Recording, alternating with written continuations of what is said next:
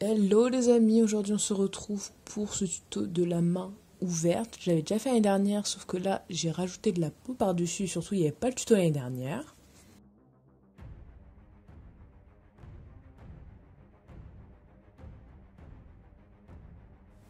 Donc j'ai commencé par faire ma plaque en gélatine, donc j'ai pris moitié gélatine, moitié glycérine végétale.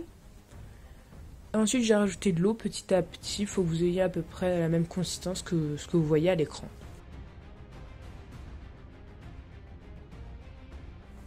Avant de faire chauffer, je viens direct poser de la poudre sur l'endroit où vous allez faire couler la gélatine, donc je voudrais vraiment quelque chose de lisse. Ensuite, je viens faire chauffer 20 secondes ma gélatine et je mélange. Et je viens la couler directement parce que ça prend très très vite.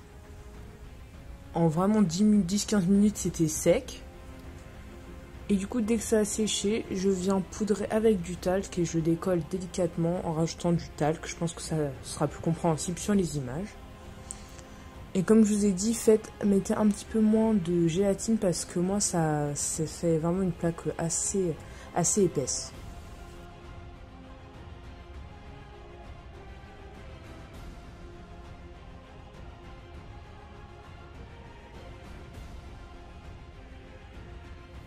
Du coup, hors caméra, je suis venue couper ma plaque de gélatine parce qu'elle était bien trop grande et bon, malheureusement bien épaisse, mais ça, je peux pas faire grand chose. Donc, je suis venue la colorer, j'ai mis 2 couches de fond de teint pour que ce soit bien opaque.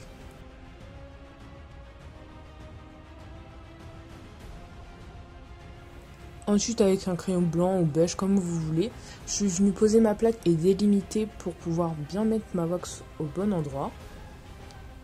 Et là, je viens commencer à la poser, donc je fais un raccord comme d'habitude. Et au niveau du bord, je suis venue pincer pour que ça fasse comme un effet de peau arrachée, que ce soit tout fin. Je suis venue poser mon texte une fois que j'ai fini de sculpter. Après, j'ai mis mon fond de teint, je suis venue poudrer et je suis venue faire les rougeurs comme d'habitude.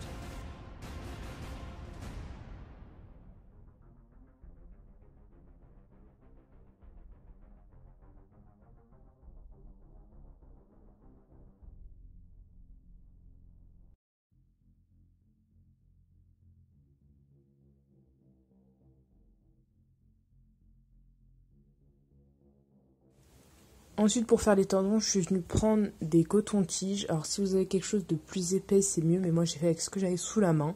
Et je suis venue les coller avec du latex. Pour la texture, pareil, j'ai posé du latex, puis j'ai mis du coton, puis je suis venue reposer une couche de latex. J'ai fait la même texture sur ma plaque de gélatine. Donc, je l'ai fait que d'un côté, hein, bien sûr.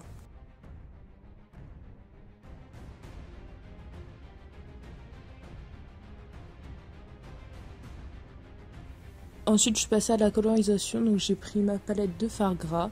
Je suis venue mettre sur la totalité du rouge vif. Et après, j'ai mis par touche du noir pour vraiment que ça fasse foncé. Mais j'ai principalement mis au niveau des creux de la plaie. J'ai fait la même chose sur la peau en gélatine, bien sûr.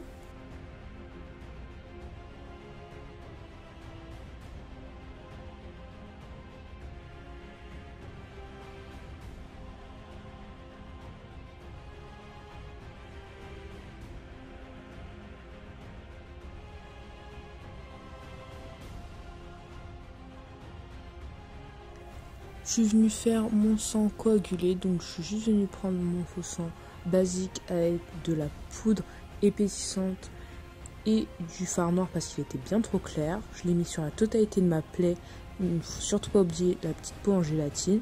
Et après j'ai mis mon faux sang classique, vu qu'il est plus liquide. Je n'oublie pas aussi la plaie avec l'éponge à barbe pour faire comme des éclaboussures.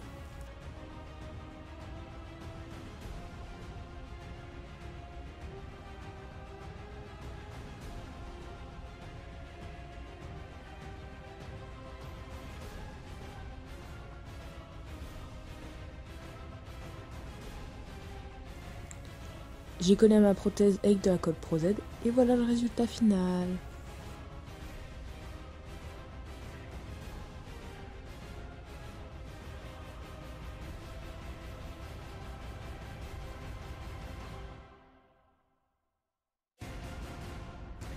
J'espère que ce tuto vous a plu et que le résultat vous plaît. À part la prothèse du coup qui est bien trop épaisse et du coup je peux pas trop l'incorporer à ma peau. Enfin ça se voit que c'est du faux. À part ça je trouve que c'est plutôt pas mal. L'idée est pas mal. Donc voilà, j'espère que ça vous aura plu. On se dit à demain pour un nouveau tuto. Bisous.